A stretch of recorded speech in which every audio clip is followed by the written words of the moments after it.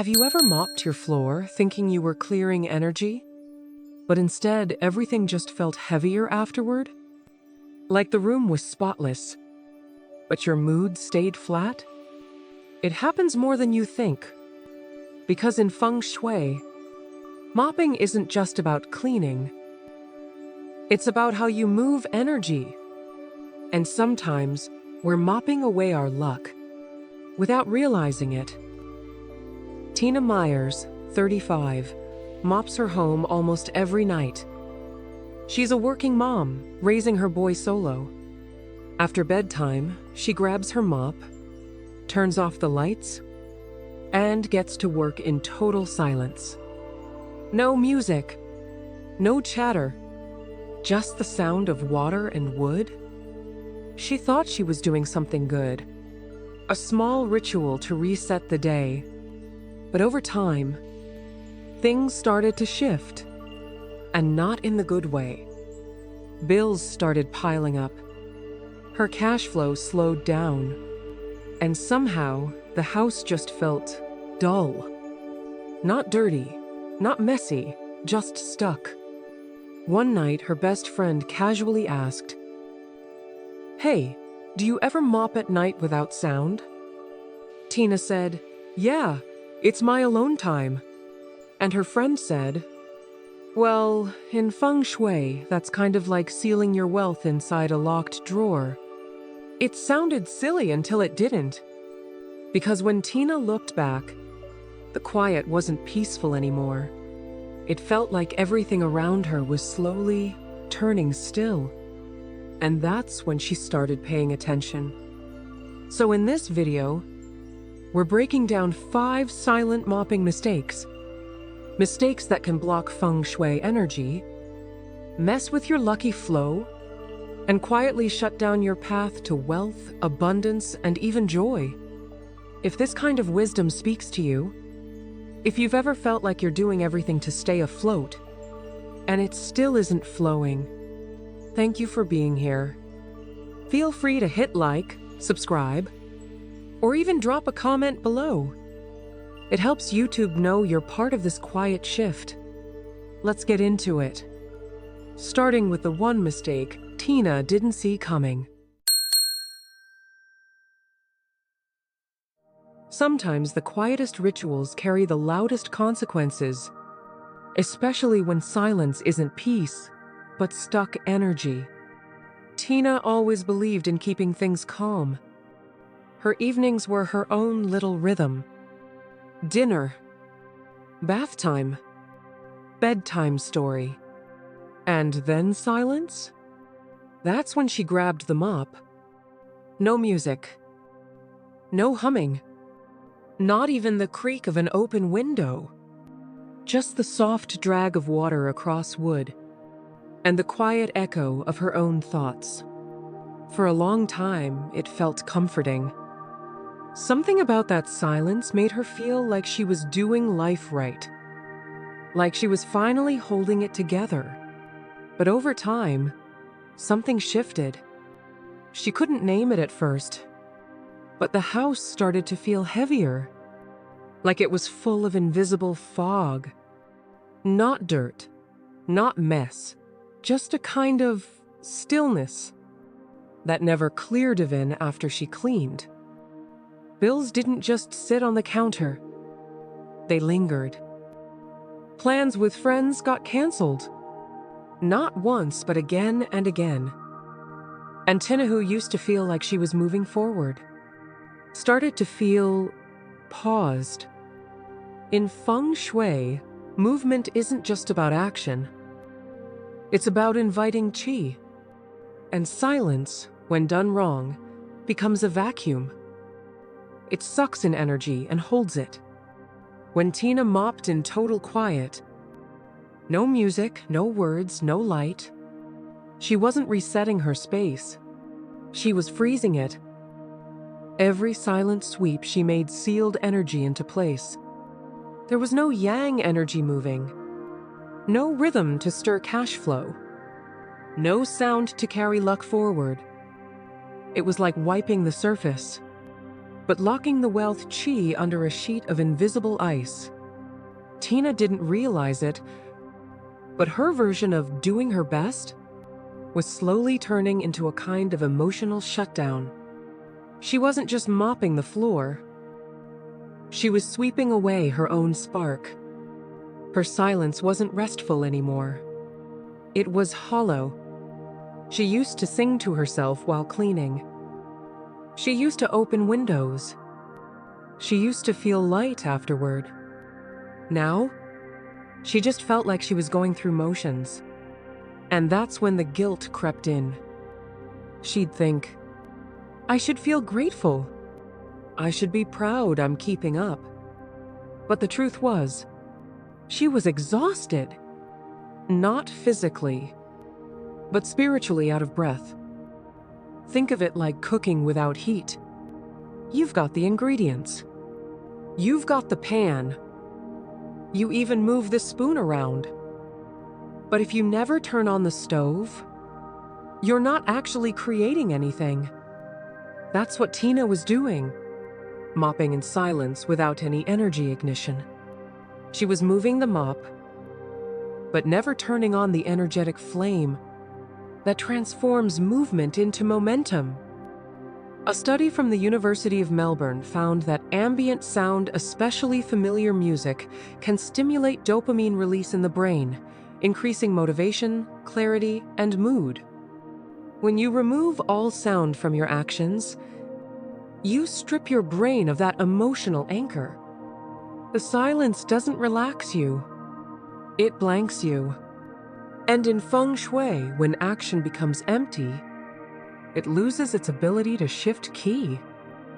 The first time Tina broke the silence, it wasn't some big spiritual moment. She just forgot her earbuds. So she played a playlist her sister once made. It was upbeat, funky, kind of annoying, honestly. But something weird happened. After mopping that night, she didn't feel drained.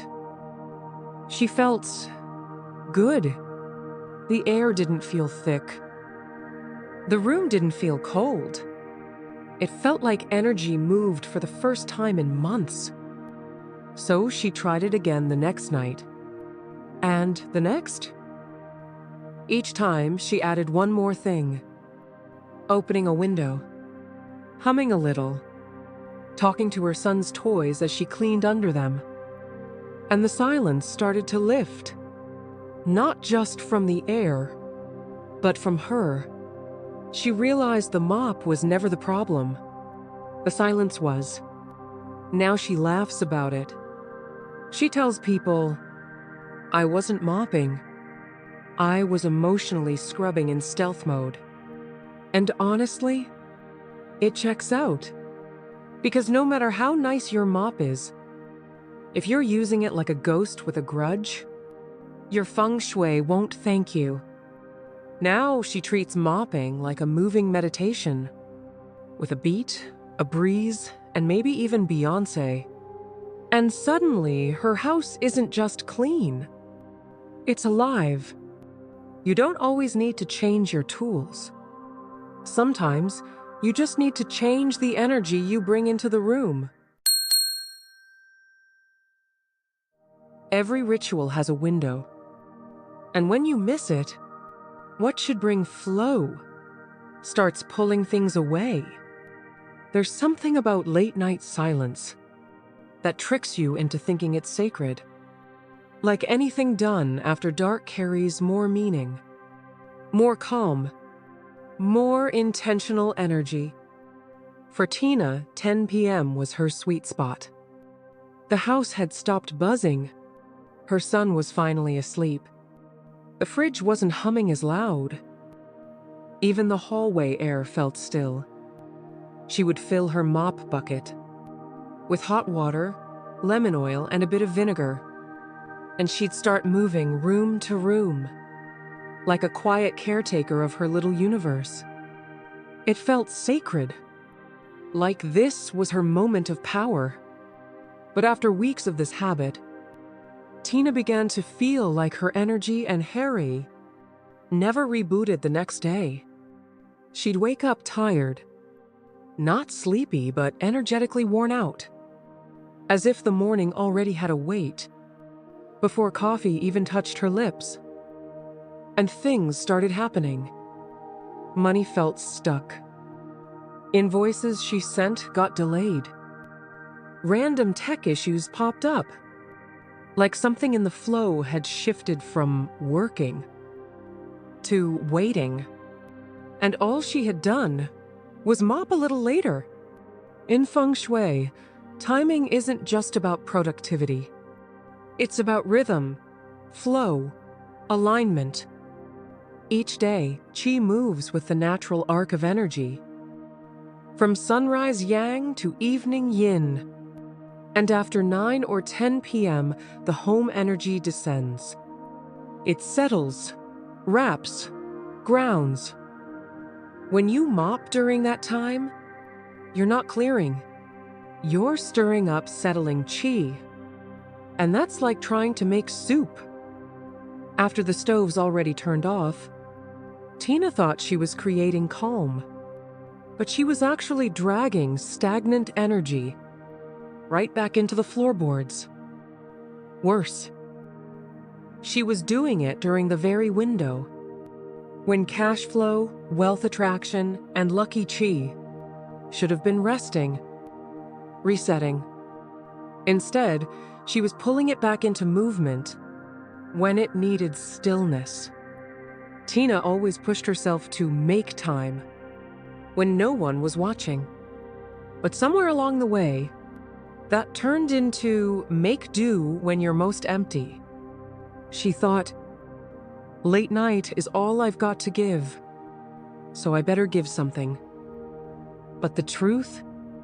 She wasn't giving. She was draining. And it showed up in little ways. She couldn't finish a full thought at work. She'd reread the same sentence 3 times. She forgot what she came into a room for. Her brain wasn't foggy. Her qi was tired. Because energy doesn't just run on willpower. It runs on when you move, not just what you move. Imagine trying to deposit a check at 3 a.m. The bank is closed. The system is sleeping. You're doing the right action, but at the wrong hour, so nothing happens. Or worse, it gets flagged for unusual activity. That's what Tina's nightly mopping did to her Feng Shui. She was sending energy into the system during off hours, and instead of creating flow, she created noise. And noise in a closed circuit becomes resistance. That resistance? It shows up as blocked money, stagnant career energy, unexplained tension, no lucky breaks. According to traditional Chinese medicine, the body's energy organs like the liver and kidneys go into repair mode after 11 p.m. This isn't just physical. It reflects the home's natural qi rhythm too. When we perform active energy rituals like mopping, during these deep yin hours, we reverse the body's resting pattern and the home's energetic detox. Instead of restoring energy, we recirculate what should have been released. Tina didn't stop mopping at night because of some grand Feng Shui revelation. It started with her son having a stomach bug. She was up late, rocking him, too tired to even think about the mop. The next day, despite being sleep-deprived, she felt something strange. She didn't feel foggy. She felt rested. And the house? It didn't feel dull. It felt clear. She tried skipping the mop again the next night. Instead, she cleaned in the afternoon after work, with the windows cracked, music on, and something shifted. Not immediately, but over a few weeks, her energy picked up. Emails started getting replies faster. A delayed payment hit her account out of the blue. She even got a small refund check from a bill she overpaid 6 months ago. Little things, but the kind of things that only happen when she starts smiling back at you. Now she jokes that her mop was moonlighting as a money thief. She tells her sister, "If I mop past 9 p.m., just slap it out of my hand, okay?" And honestly, there's a strange freedom in realizing you don't have to clean your way into worthiness. Sometimes the most Feng Shui thing you can do after dark is nothing at all. Put the mop down. Light a candle. Let the energy do its own work for once. Not every moment is meant for movement. Sometimes wealth grows best when you learn to let energy rest. Energy moves where direction leads. But when your movement has no exit, you're not clearing space. You're circling your own stuckness. Some habits happen so slowly, we don't even know they've become patterns. We just do them. That's how Tina realized. She'd been mopping in circles for months. She didn't plan to. It wasn't some ritual she read in a blog. It was just how her body moved. Start in the middle. Sweep wide. Then go around again. She never reached the corners. She never opened the back door. She never pushed energy out. Just looped. Right in the center. Over and over. And the weirdest part? That was exactly where she started feeling the most pressure.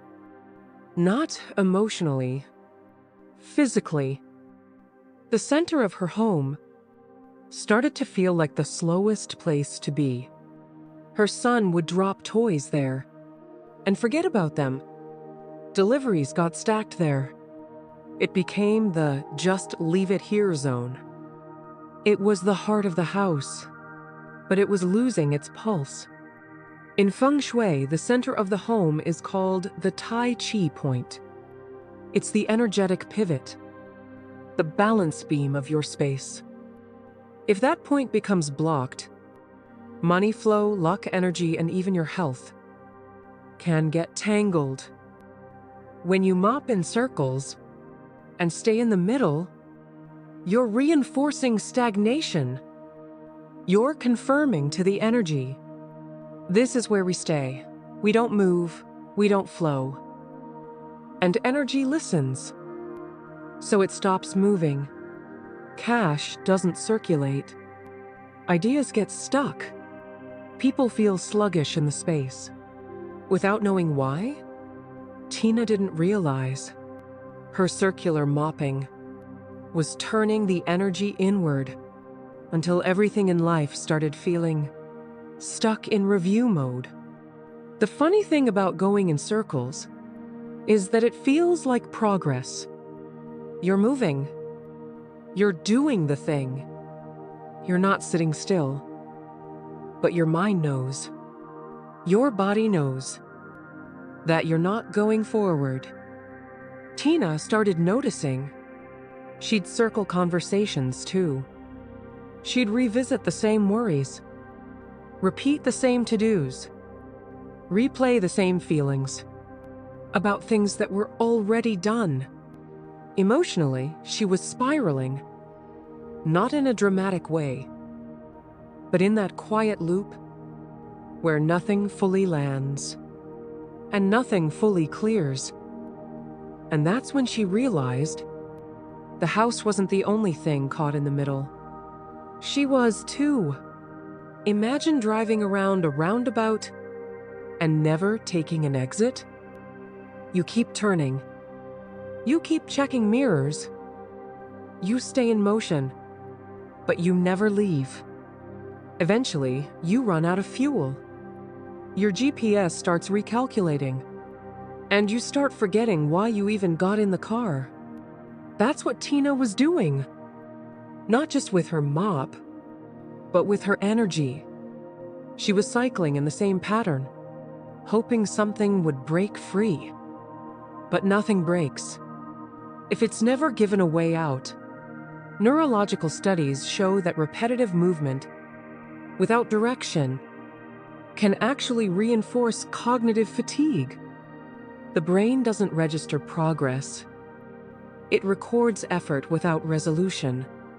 In energetic terms, that's like burning fuel without airflow.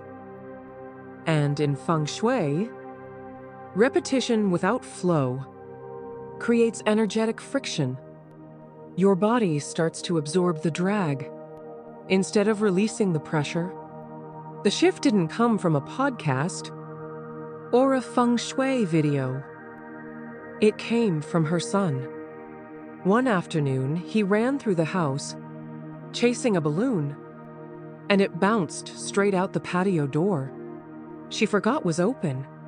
He ran out, then back in, then out again, and suddenly, the air felt different. There was movement. Not mechanical, but real.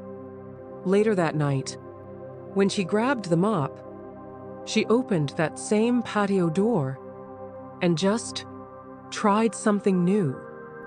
Instead of circling, she started from the far back corner, moved toward the door. One long pull at a time, she turned on soft music. She imagined money flow clearing space. She even whispered, "Let it move, let it go." And something shifted. The center of the room felt lighter. Not dramatic, but clear. Like the floor could breathe again. Now Tina says her mop used to be a spin cycle of confusion. She jokes, "If I'm ever spiraling again, just ask me if I've been mopping in circles." Because sometimes, the biggest blocks aren't what we're carrying, it's the way we're moving. Now she tells her friends, "Mop like you've got somewhere to be, not like you're stuck in a Home Depot showroom." Energy doesn't move in circles. It moves when we show it a way forward. If any part of this is hitting home, if you've ever found yourself cleaning just to feel like something's changing, but still waking up to the same stuck energy, you're not alone. And you're not doing it wrong. You're just ready for a shift. Like, subscribe, or share a small story in the comments below. Not for the algorithm, but so the right people know they're not the only ones circling. Cleansing isn't just about removal. It's about not carrying what you've already cleared. Because even clean water turns heavy when it holds too much past. Tina always thought the goal was efficiency. Start in the kitchen, move to the dining area, then hit the hallway, and finally finish in the bedrooms. All with the same bucket of water. The mop got dipped again and again, and that water turned cloudy, but it still looked like she was cleaning. So she kept going. She thought, "It's just a little dust from each room. No big deal." But one day, she paused long enough to really look at the water. It was murky, warm, heavy.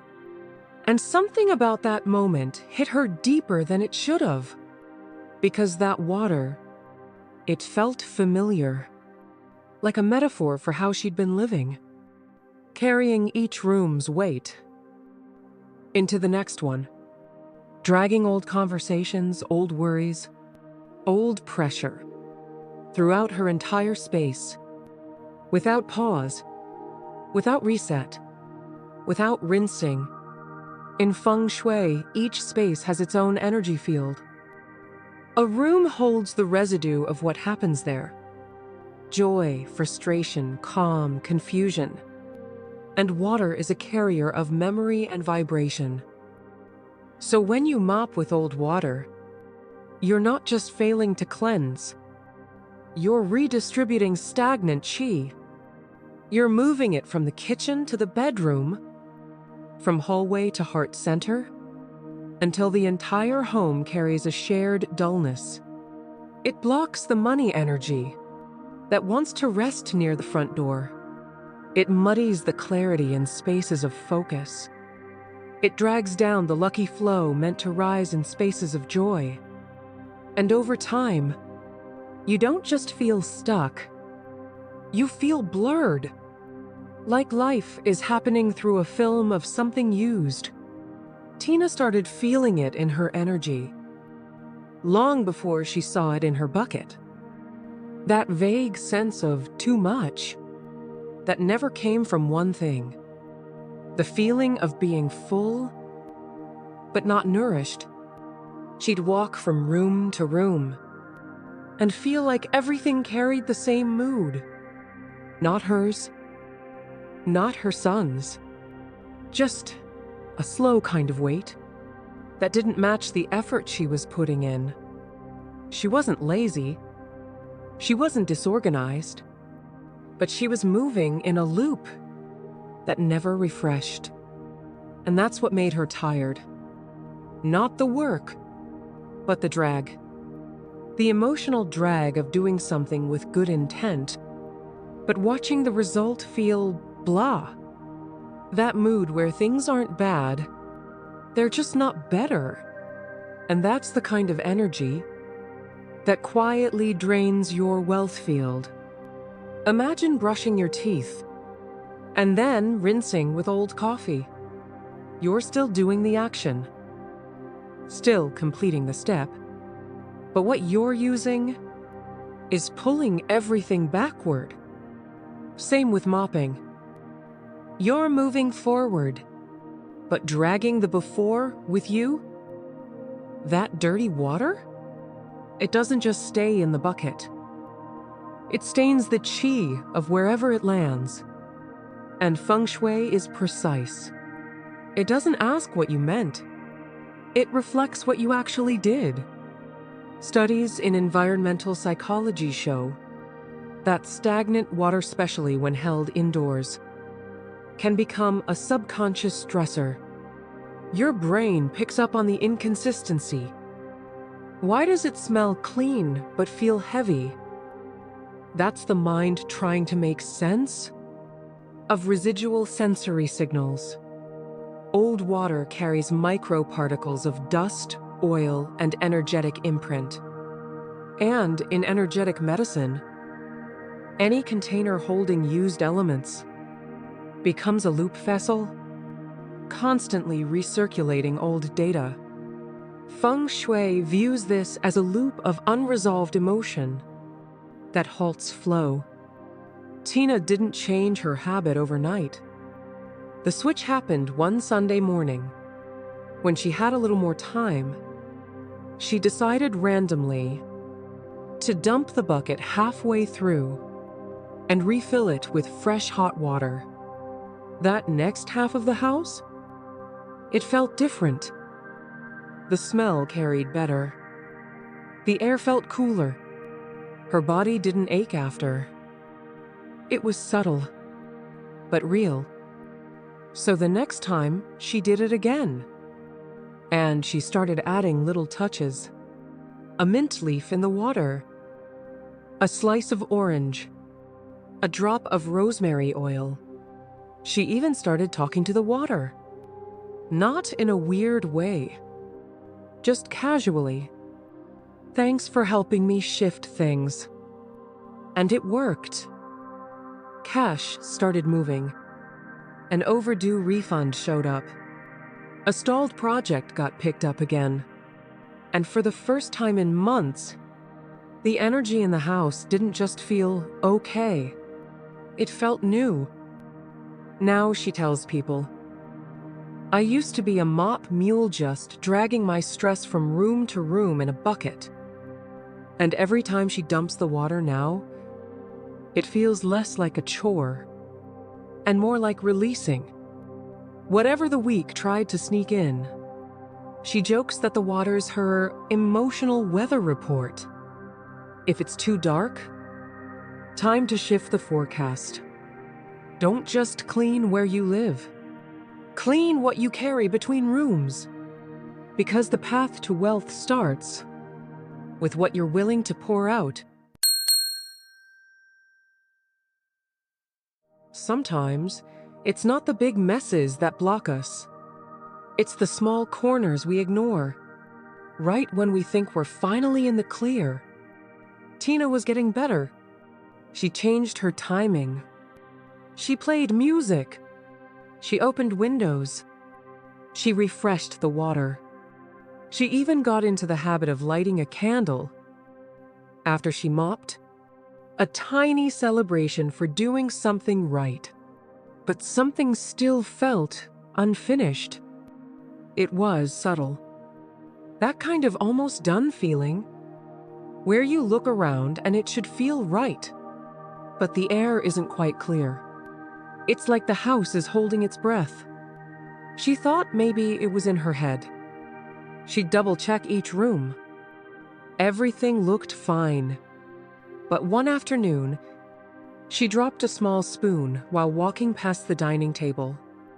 And when she bent down to grab it, she noticed the floor right behind the table leg. Dust. Sticky marks. A patch of dullness that hadn't been touched in weeks, months.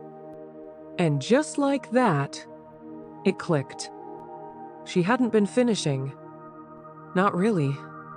She'd been getting close, but always skipping the same spots because they were hidden, because they were awkward, because they were small. But Feng Shui doesn't grade on effort. It responds to completion. In Feng Shui, energy follows path, but energy also gathers where it's allowed to stop. And unfinished energy, especially in entry points or quiet corners, creates what's known as a pocket of stagnation. It's like leaving a window cracked during a storm. You might have sealed every other inch of the house, but that one opening is enough to leak heat, luck, and momentum. For Tina, it was always one of three places: behind the dining chair, under the shoe rack, or the corner where the hallway met the back door. She never meant to skip them. She just always ended the mop run before she got there. And every time she did, that spot became a tiny block, a silent place where Chi would pause, curl up, and go nowhere. And where Chi pauses, so does cash flow. So does clarity. So does growth. This wasn't just about floors. It was about the part of Tina that always left things just shy of finished. The email she drafted but never sent. The text she meant to reply to but didn't. The thought she had but didn't write down. The feelings she ignored because it wasn't big enough to deal with. These corners of her home were mirrors for corners of her own behavior. Not out of laziness, but out of life. You get tired. You tell yourself it's fine. You say you'll come back to it later. But energy doesn't wait for later. It either moves now, or it anchors. And Tina? She was anchoring energy. In every little place she didn't finish. It's like brushing every tooth, except one molar in the back, because it's hard to reach. You can say you brushed your teeth, but your mouth knows the difference. And so does your breath. Same with Feng Shui. Your home might look clean, but the corner that didn't get love, that's where the energy sticks. And when it sticks there long enough, your lucky flow gets trapped, like money paused in a forgotten account you never logged back into. Our brain is wired for pattern completion. When something is left undone, Even something small, the nervous system reads it as open loop. This drains focus, and over time, creates low-level stress you can't name. Energetically, Feng Shui sees the same. An unfinished swipe isn't just physical, it's symbolic. It leaves a little leak in your attention, your qi, your flow. And that leak can turn into a slow drip in money, peace, and even sleep. Tina didn't realize what she'd been doing until she made herself finish the final swipe. One Saturday morning, she set a timer, told herself, just 5 more minutes. Hit every last spot, even the weird corners. She moved a chair, shifted the trash bin, ducked under the coat hooks, and when she dragged the mop across that final edge, by the entryway, it felt done. Not just clean, but clear. That afternoon, she found a gift card in an old drawer she forgot she had. The next day, a friend from out of state sent her a check for a project she helped with last year. Little things, but they didn't feel random. They felt released, like wealth had been waiting for her to close the loop. Now she calls that last swipe her mic drop. She even wrote it on a sticky note. Finish the energy. And yeah, sometimes she still misses it. But now she knows that one quiet corner can be louder than the rest of the room. She jokes, if I skip a spot, my luck's probably hiding under it, arms crossed. And honestly, it's not that far off. Don't stop when it's almost done, because the final swipe might be where your energy turns into wealth. We clean to feel better, to feel lighter, to feel like life is moving again. But sometimes, the way we clean quietly holds the very things we're trying to let go of. In Feng Shui, energy isn't just about placement. It's about permission. And when you clean with intention, you're not just shifting dust. You're shifting what flows toward you. Cash, opportunities, peace, connection. They all follow the energy you allow to move. If even one of today's insights spoke to a quiet corner in your life, then that's the moment the shift began. We share 2 new Feng Shui videos every day to help you open lucky flow, clear stuck patterns, and build a space that holds your wealth with warmth. So if you're walking this path with us, feel free to like, subscribe, or leave your own story in the comments. Sometimes, one person's shift is exactly what someone else needs to hear. Your space speaks, wisdom listens,